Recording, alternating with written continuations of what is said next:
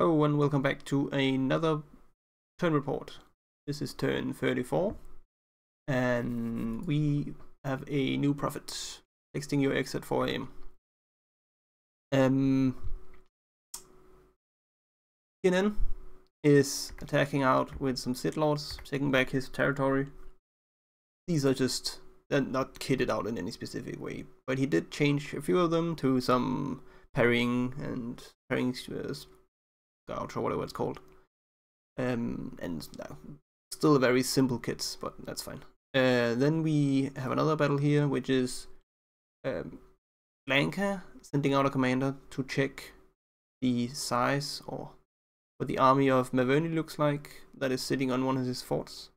Interestingly, there's a monolith here. We can have a look at this monolith. There's also a bless that we get to see. So he's 4 Earth, 4 Astral, 5 Nature, some gems, and his bless is Resistances, some Dark Vision, Unaging. Yeah. I'm pretty sure that Maverni normally used to summon a bunch of boars and then just use those. But I don't think he's doing that.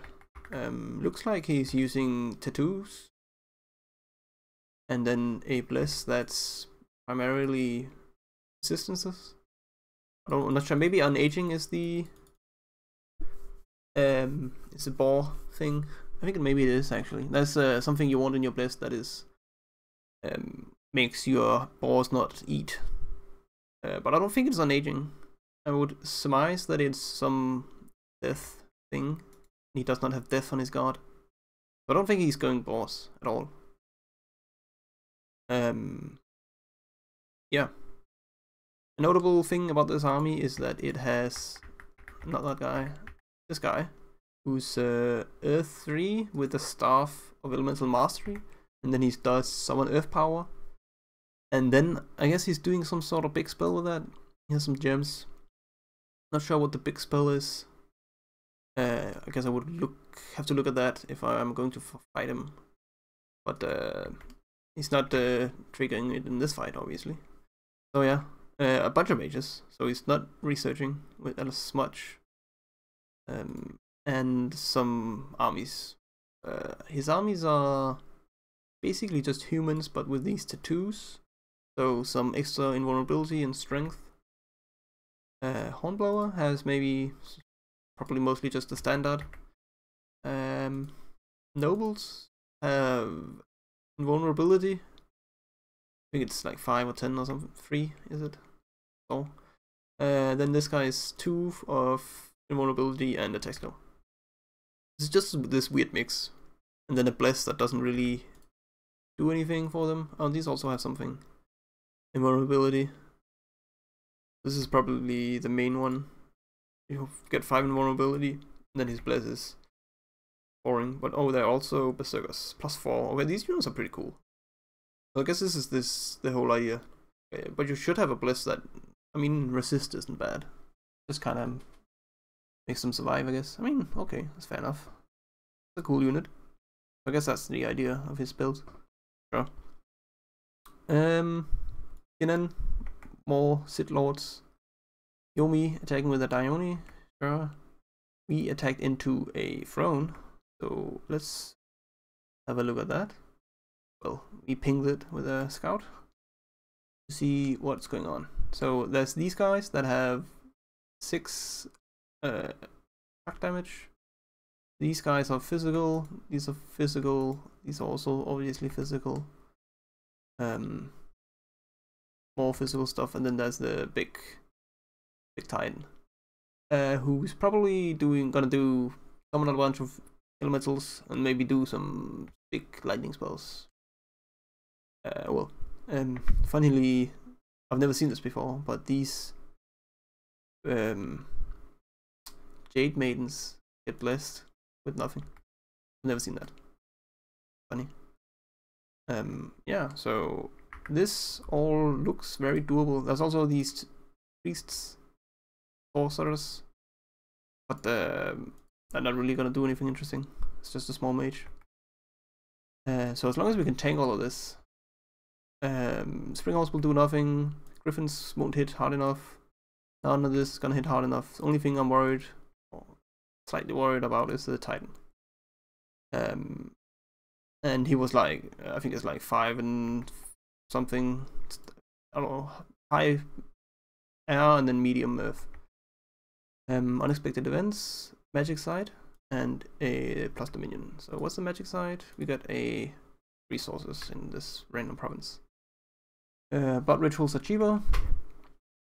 We finished our castle in Kailasa, so now the income from this province is up to almost 400. Kind of a neat feature of Arco is that when you get a crazy province like a cap, then you get to increase the income of it, which is nice. Some battle affliction stuff, sure. So this is what TNN looks like now. Kind of back already, where he was before I attacked. Only thing that really happened is that I lost a bunch of Wind Riders to a Dione. I'm not gonna do anything with him anymore. The reason I attacked was to avoid Vanheim getting provinces, but if he's not gonna get them, then I don't care.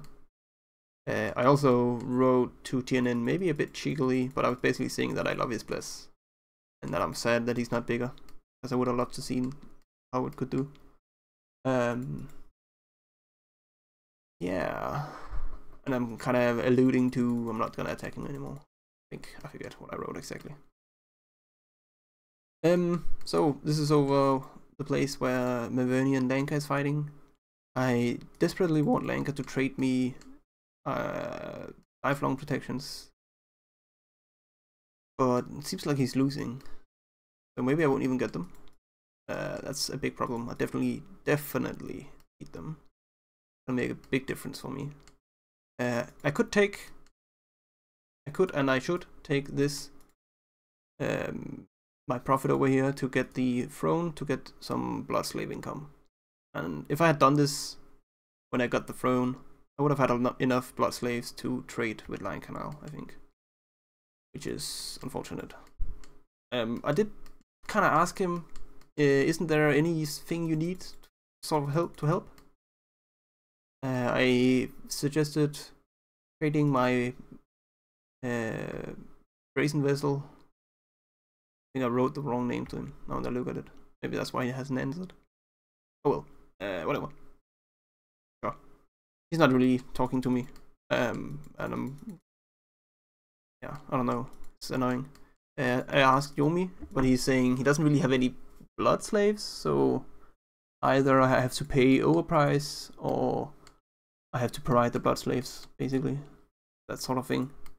Which, I mean, okay, maybe someday. I think Yomi would be a good target for me though. But probably Maverni would also be a good target for us. Although, yeah, I think so. I think my Colossus would slaughter any army he has. But I don't know, maybe he has earth spells, I guess, right? We just saw that, so a lot of earth spells, so it will shatter my Colossus. Ah, okay, never mind. Will also shatter my golems when I get them. Maybe golems were the wrong choice, but oh well, it's still gonna be good. So that seems to be about it. We still have this awkward province, but the Ganas are vulnerable, and I don't have anything that can beat them. Actually, this guy could maybe do it. I gave him like this, and no, this thing. Then maybe he would actually. Maybe that would be a fun test. Should we do it? I think we should do this. There's not really any reason to have these because he's berserked, but we can maybe tell him to attack rearmost. So this is a fun test. Let's have a look at how this goes. He has this sword, which has a lot of damage against undead and demons, and those things are undead. Also makes my attack magical, so fine. His gear is giving him a fine amount of protection. For that, it should be okay. And then he has lock and this bless, tactical, resists, strength. I think that's okay. Cool. And then lastly, last thing that are Colossus is Cloud Trapezing over here, which was why I was looking at that. So he does have some. I mean, this item is still gonna. There's a lot of units in here that have lightning resistance or shock resistance, but not also a lot that doesn't.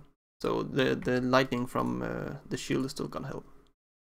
I'm just gonna send him in like this. He's gonna trample pretty much everything, and then maybe the Titan in there might be an issue, but let's just try it. See what happens. The script is Earth Power, Fire Shield, Spectrum from Lightning, in case the Titan does some nasty stuff. Legion of Steel and Flight. I think that should be fine. Actually, I wonder if... So he has a bunch of Earth magic. He might cast Shatter. Might be a really bad idea. I might test this and see. Yeah, I think I'm gonna test that. Other than that, if not, I might just cast Trapeze anyway and see what happens. I'll think about it a bit.